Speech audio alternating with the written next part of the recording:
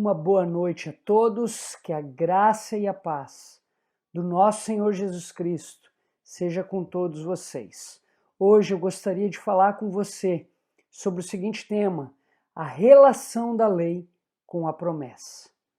A relação da lei com a promessa. E para esse tema eu te convido a abrir a sua Bíblia em Gálatas, capítulo 3, versículos do 15 ao 29. Gálatas, capítulo 3, do 15 ao 29. Assim diz a boa palavra do Senhor. Irmãos, humanamente falando, ninguém pode anular um testamento depois de ratificado, nem acrescentar algo. Assim também as promessas foram feitas a Abraão e ao seu descendente. A Escritura não diz, e aos seus descendentes, como se falando de muitos, mas ao seu descendente, dando a entender que se trata de um só, isto é, Cristo. Quero dizer isto: a lei que veio 430 anos depois não anula a aliança previamente estabelecida por Deus, de modo que vem invadir a promessa, pois, se a herança depende da lei, já não depende da promessa. Deus, porém, concedeu gratuitamente a Abraão mediante a promessa. Qual era então o propósito da lei? Foi acrescentada por causa das transgressões, até que viesse o descendente a quem se referia a promessa, e foi promulgada por meio de anjos, pela mão de um mediador.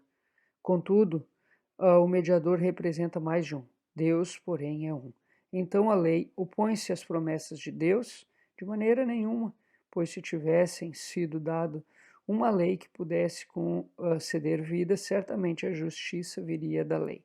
Mas a Escritura encerrou tudo debaixo do pecado, a fim de que a promessa que é pela fé em Cristo Jesus fosse dada aos que creem. Antes que viesse essa fé, estávamos sob a custódia da lei, nela encerrados, até que a fé que haveria de vir fosse revelada. Assim, a lei foi o nosso tutor até Cristo, para que fôssemos justificados pela fé. Agora, porém, tendo chegado à fé, já não estamos mais sob o controle do tutor. Todos vocês são filhos de Deus mediante a fé em Cristo Jesus, pois o que em Cristo foram batizados, de Cristo se revestiram. Não há judeu, nem grego, escravo, nem livre, homem, nem mulher, pois todos são um em Cristo Jesus. E se vocês são de Cristo, são descendência de Abraão e herdeiros segundo a promessa. Até aqui, vamos orar mais uma vez. Senhor Deus, muito obrigado, Senhor, pela tua palavra. Uma palavra que nos liberta e uma palavra que nos dá vida. Fala conosco nessa noite, Pai, queremos ouvir a tua voz. Em nome de Jesus, amém. Então, a relação da lei com a promessa. O apóstolo Paulo ainda está combatendo os judaizantes que perturbavam a igreja. E não só perturbavam a igreja, como também estavam tentando perverter o evangelho do Senhor Jesus Cristo. Para aqueles homens, a justificação não se dava apenas pela fé. Eles ensinavam e insistiam que o homem ele precisava contribuir com a sua salvação. Isso estava gerando um alvoroço na igreja do Senhor Jesus Cristo entre os Gálatas. Isso estava trazendo danos para aquela igreja. E aqui então nós vamos ver Paulo, inspirado pelo Espírito Santo, combatendo este falso ensinamento. Então, quando nós enxergamos Paulo combatendo algo, nós sempre vamos enxergar Paulo combatendo aquilo que estava ferindo o Evangelho. O Evangelho. Um apologeta, um polemista, ele deve combater aquilo que está ferindo a essência do Evangelho. E não os nossos planos, os nossos sonhos, os nossos projetos, os nossos direitos, ok? Então, olhando aqui para esse texto, eu aprendo que a lei não nos salva. A lei não serve para nos salvar, mas nos toma pela mão e nos leva a Cristo Salvador. A lei no Antigo Testamento nunca serviu para salvar alguém. A lei no Novo Testamento nunca serviu para salvar alguém. A lei nos dias de hoje não serve também para a salvação, porque este nunca foi o propósito da lei. A lei serviu no Antigo Testamento, no Novo Testamento e continua servindo nos dias de hoje para nos tomar pela mão e nos levar a Cristo, o Salvador. É isso que eu aprendo olhando para este texto. Warren Wiersbe, um expositor bíblico, ele destaca 4 verdades essenciais aqui no texto e eu gostaria de compartilhar com você, verdade por verdade. Então, eu vou separar em 4 blocos, ok? Então, o primeiro bloco, ele tem como base os versículos do 15 ao 18. Vamos ler? Irmãos, humanamente falando, ninguém pode anular um testamento depois de ratificado, nem acrescentar-lhe algo. Assim também as promessas foram feitas a Abraão e ao seu descendente. A Escritura não diz e aos seus descendentes, como se falando de muitos, mas ao seu descendente, dando a entender que se trata de um só, isto é, Cristo. Quer dizer isto, a lei, que veio 430 anos depois, não anula a aliança previamente estabelecida por Deus, de modo que vem validar a promessa, pois, se a herança depende da lei, já não depende da promessa. Deus, porém, concedeu-a gratuitamente a Abraão mediante a promessa. Então, qual é a verdade que eu aprendo aqui neste bloco? É que a lei não pode revogar a promessa. Por que a lei não pode revogar a promessa? Porque Abraão ele não foi justificado diante de Deus por meio das obras da lei. Abraão ele foi justificado diante de Deus por meio da fé na promessa. Por isso que a lei não pode revogar a promessa. A lei não pode revogar a promessa porque a promessa veio primeiro. O desejo de Deus, Paulo vai deixar claro, é que todo pacto ele realmente seja cumprido. Todo pacto seja cumprido tanto nos céus quanto na terra. Deus não só deseja que o pacto seja cumprido, como ele mesmo fez um pacto com Abraão e com seu descendente, e nós vamos ver aqui que o descendente de Abraão é Cristo. A base deste pacto é a fé, e através da fé, todo homem tem acesso à herança. Então, de forma prática, olhando aqui para esse parágrafo que nós acabamos de ler, para este bloco, eu aprendo que a salvação ela é um dom gratuito de Deus e não uma conquista do homem. Nós temos acesso à herança que Deus nos prometeu, não por obras da lei. Nós temos acesso à herança que Deus nos prometeu por meio da fé, porque a promessa ela veio antes. O que você tem feito para que esta mensagem chegue até as pessoas que você ama? O que você tem feito para que esta mensagem chegue até as pessoas que estão ao seu redor? O que você tem feito para que essa mensagem chegue até os confins da terra? Que mensagem? Existe uma herança. A herança ela é real e só existe uma forma de ter acesso a esta herança que é por meio da fé na promessa. Uma promessa que não pode ser revogada pela lei, porque a promessa ela veio antes. Olhando para o texto de forma geral, eu aprendo que a lei ela não salva. A lei ela não salva, mas nos toma pela mão e nos conduz até o Salvador, que é Cristo Jesus.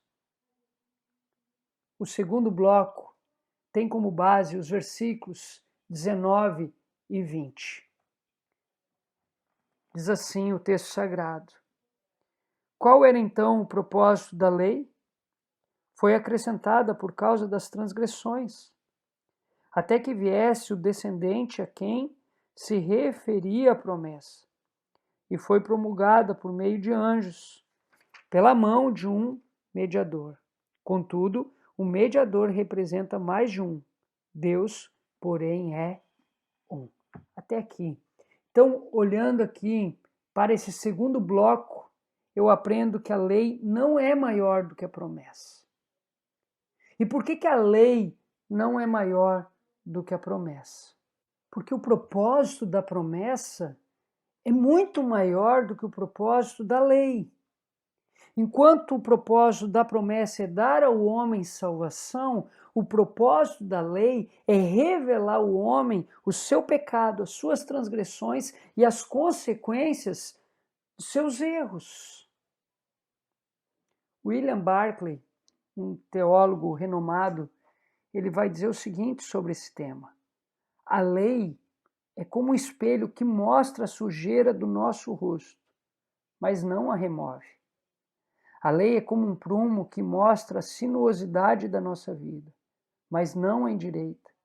A lei é como uma luz que mostra o obstáculo do caminho, mas não o remove. A lei é como uma tomografia computadorizada que mostra os tumores escondidos em nossas entranhas, mas não é o bisturi que os cirurgia. A lei torna o homem consciente dos seus pecados e de sua condenação. Enquanto eu estava lendo as palavras de William Barclay, eu estava lembrando das multas de trânsito que chegam pelo menos uma vez em minha casa durante o ano. Toda vez que chega uma multa de trânsito na minha casa, eu lembro que eu transgredi a lei e eu vou precisar pagar por isso. A lei, ela é menor do que a promessa, porque o propósito da promessa é muito maior do que o propósito da lei. Mas também o tempo da promessa é infinitamente maior do que o tempo da lei. A promessa, ela é eterna. Ela se iniciou na eternidade e vai ecoar pela eternidade. A lei começou nessa terra e aqui nessa terra ela se termina. Romanos, capítulo 10, versículo 4, Paulo vai dizer o seguinte: porque o fim da lei é Cristo, para a justiça de todo aquele que crê. Ainda nas palavras de William Barclay, ele vai dizer que Jesus Cristo cumpriu a lei que o pecador não podia cumprir.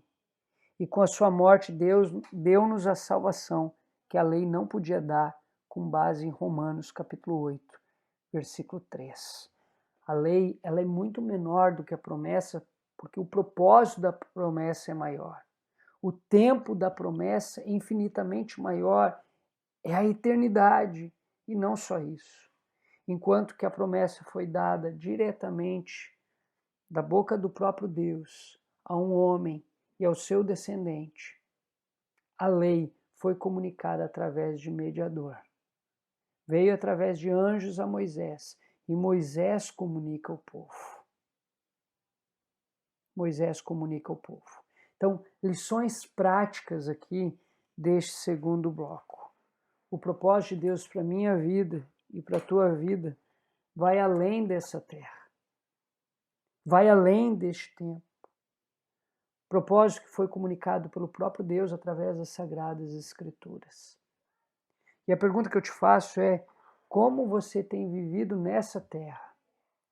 Como você tem vivido neste tempo? Você tem vivido como um cidadão dos céus ou você tem vivido como um cidadão deste mundo? Você tem defendido a sua pátria celestial ou você tem gasto a sua vida defendendo as causas, as pautas deste mundo, deste tempo? Lembre-se disso.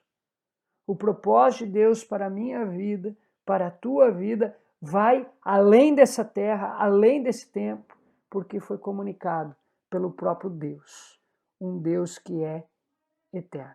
O terceiro bloco nós vamos encontrar do versículo 21 ao 25. Diz assim: então a lei opõe-se às promessas de Deus? De maneira nenhuma, pois tivesse sido dada uma lei que pudesse conceder vida, certamente a justiça viria da lei. Mas as Escrituras encerrou tudo debaixo do pecado, a fim de que a promessa, que é pela fé em Jesus Cristo, fosse dada aos que creem. Antes que viesse essa fé, estávamos sob a custódia da lei, nela encerrados até que a fé que haveria de vir fosse revelada. Assim, a lei foi o nosso tutor até Cristo, para que fôssemos justificados pela fé. Agora, porém, tendo chegado à fé, já não estamos mais sob o controle do tutor. O terceiro bloco vai nos ensinar que a lei não é contrária à promessa. Por que que a lei não é contrária à promessa? Porque ela não tem o poder de oferecer vida, mas ela prepara o homem para recebê-la. A lei acaba fazendo esse papel de preparar o homem para receber a vida que é em Cristo Jesus. Lutero, ele vai dizer o seguinte: o ponto principal da lei é tornar os homens piores, não melhores. Olha só que interessante.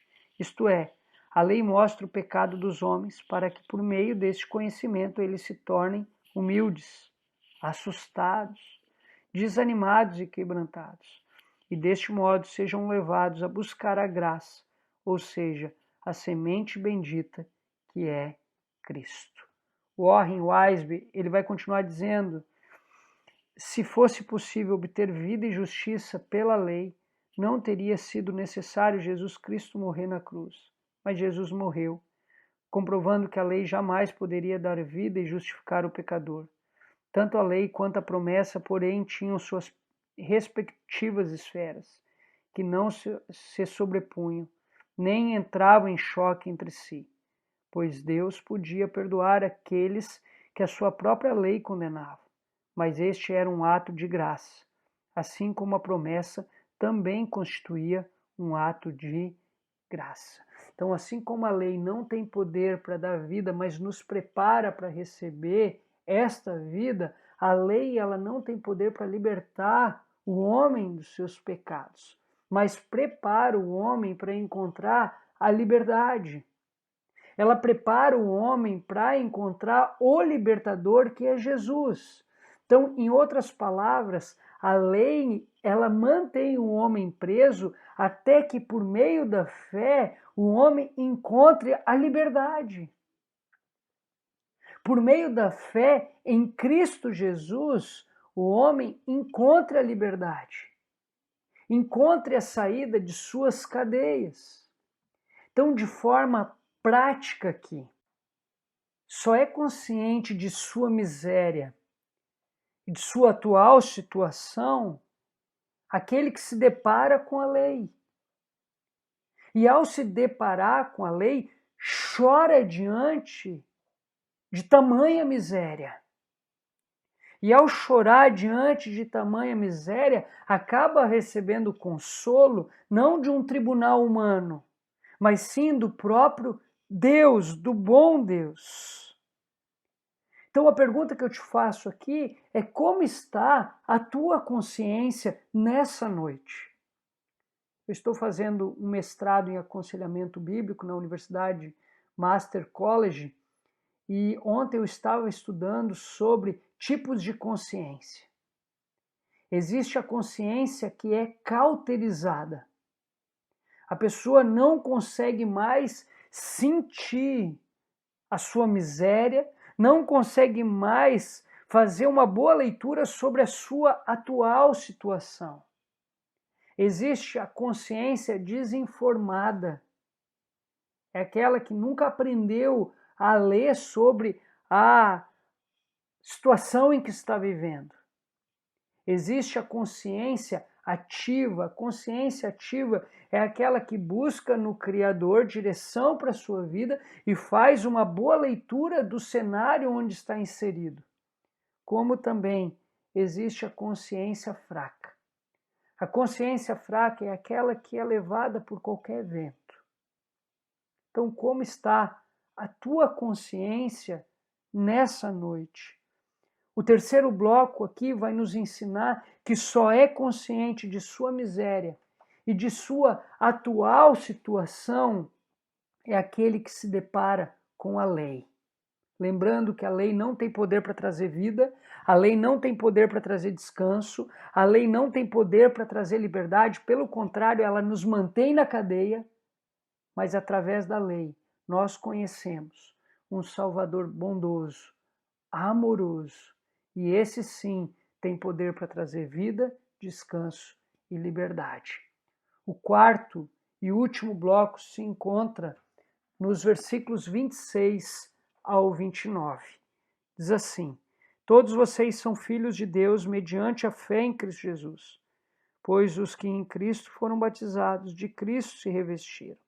Não há judeu, nem grego, escravo, nem livre, homem, nem mulher, pois todos são um em Cristo Jesus. E se vocês são de Cristo, são descendência de Abraão e herdeiros segundo a promessa. Então, a verdade que eu aprendo aqui neste bloco é que a lei não pode fazer o que a promessa faz. A lei não pode fazer o que a promessa faz. E a pergunta aqui é: o que a promessa faz que a lei não pode fazer? A promessa, ela nos leva à fé em Cristo, uma fé que nos torna filhos de Deus, uma fé que elimina todas as diferenças entre etnias, raças, status sociais, gêneros, faixas etárias. O que Paulo está querendo nos ensinar aqui é que a promessa ela nos leva a uma fé que elimina todas as diferenças. Agora nós somos iguais. A promessa ela nos leva à fé em Cristo, uma fé que nos dá direito a uma herança de viver com Cristo para a eternidade. Essa semana, a nossa igreja experimentou um tempo de choro e de luto, que foi o falecimento de nossa irmã Marluz. E o último hino cantado na cerimônia foi Céu, Lindo Céu.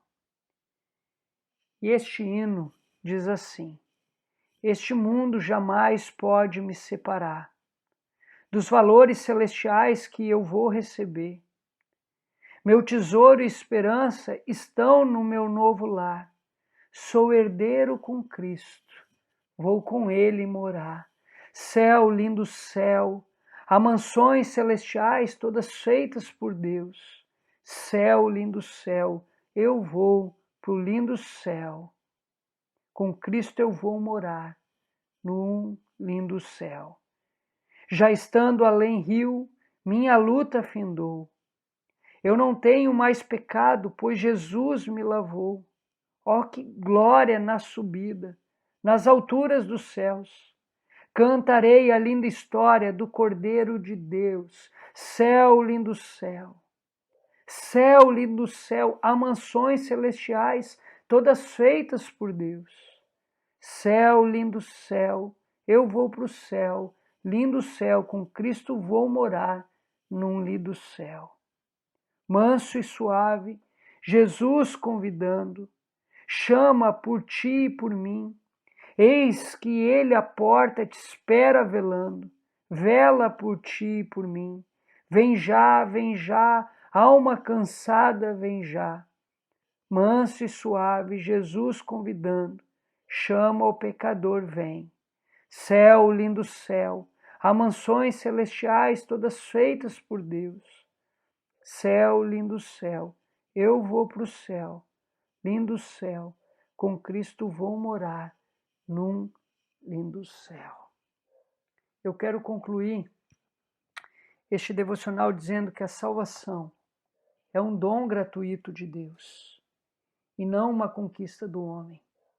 Não é uma conquista minha, não é uma conquista sua, não é uma conquista das pessoas que nos cercam. A lei, ela não pode revogar a promessa. A lei não é maior do que a promessa. A lei não é contrária à promessa. A lei não pode fazer o que a promessa faz, que é nos dar a esperança de um dia viver a eternidade com Cristo, o nosso Salvador, neste lindo céu. Neste momento, eu gostaria de orar por você que um dia aceitou a Cristo, mas hoje a tua consciência está cauterizada. Eu quero orar com você que um dia aceitou a Cristo, mas por não se debruçar sobre as sagradas Escrituras, hoje tem uma mente desinformada. Eu quero orar por você que um dia assumiu com Cristo e hoje tem uma mente ativa sobre aquilo que Deus está fazendo, sobre a vontade do Senhor sobre você. Eu quero orar para que você continue assim. Como eu também gostaria de orar por você que tem uma mente fraca, que é conduzido por qualquer vento de doutrina. Paulo, ele estava se deparando com crentes que estavam vivendo nessa situação. Alguns com a mente cauterizada, outros com a mente desinformada, alguns com a mente ativa, outros com a mente fraca. Os judaizantes só conseguiram ter êxito entre o povo de Deus por causa dessa situação. Por causa dessa situação. Um povo com mente fraca, desinformada ou cauterizada. Vamos orar? Senhor Deus, eu quero orar por aquele que hoje está com a sua mente cauterizada, que não consegue mais ouvir a voz do teu Espírito, Deus, está se afundando cada vez mais no pecado. Que nessa noite o teu Espírito Santo, Deus, possa fazer uma transformação nessa mente a ponto de transformá-la em uma mente ativa. Pai, eu gostaria de orar por aquele que hoje tem uma mente desinformada, Deus, e vive em um caminho de morte, mesmo tendo tomado uma decisão por Cristo no passado. Vive, Deus, como um crente carnal, como alguém que nasceu de novo, mas os seus planos, seus projetos, seus sonhos ainda são desse mundo. Que essa pessoa, Deus, possa se debruçar sobre as Sagradas Escrituras e conhecer a tua boa vontade. Quero orar também, Deus, por aquele que tem a sua mente ativa, Deus, por aquele que busca conselhos na tua palavra, direção na tua palavra, Deus, que essa pessoa possa ser fortalecida cada vez mais pelo Senhor. E neste momento eu também gostaria de orar por aqueles que têm a mente fraca, Senhor, que são levados por qualquer vento. Que essa pessoa, Deus, possa encontrar no Senhor a rocha, possa encontrar no Senhor a direção, o consolo, o conforto, Deus, e possa encontrar no Senhor a única fonte verdadeira, Senhor, para a condução da sua própria vida. Pai, os judaizantes conseguiram ter êxito, Deus, entre os gálatas, porque muitos estavam com as suas mentes cauterizadas, desinformadas ou fracas. Que possamos, Deus, ter um grupo de jovens, Deus, fortes, um grupo de jovens, Deus, que realmente amam o Senhor e amam a tua palavra, acima dos eventos, acima de uma estrutura, acima de uma bandeira política, que possamos, Deus, ser cidadãos dos céus. E não só sermos cidadãos dos céus, como amarmos a pátria, Senhor, pela qual hoje nós fazemos parte, que é a pátria de Cristo. Abençoa o teu povo com a tua graça, com o teu amor e com a tua paz. Em nome de Jesus. Amém.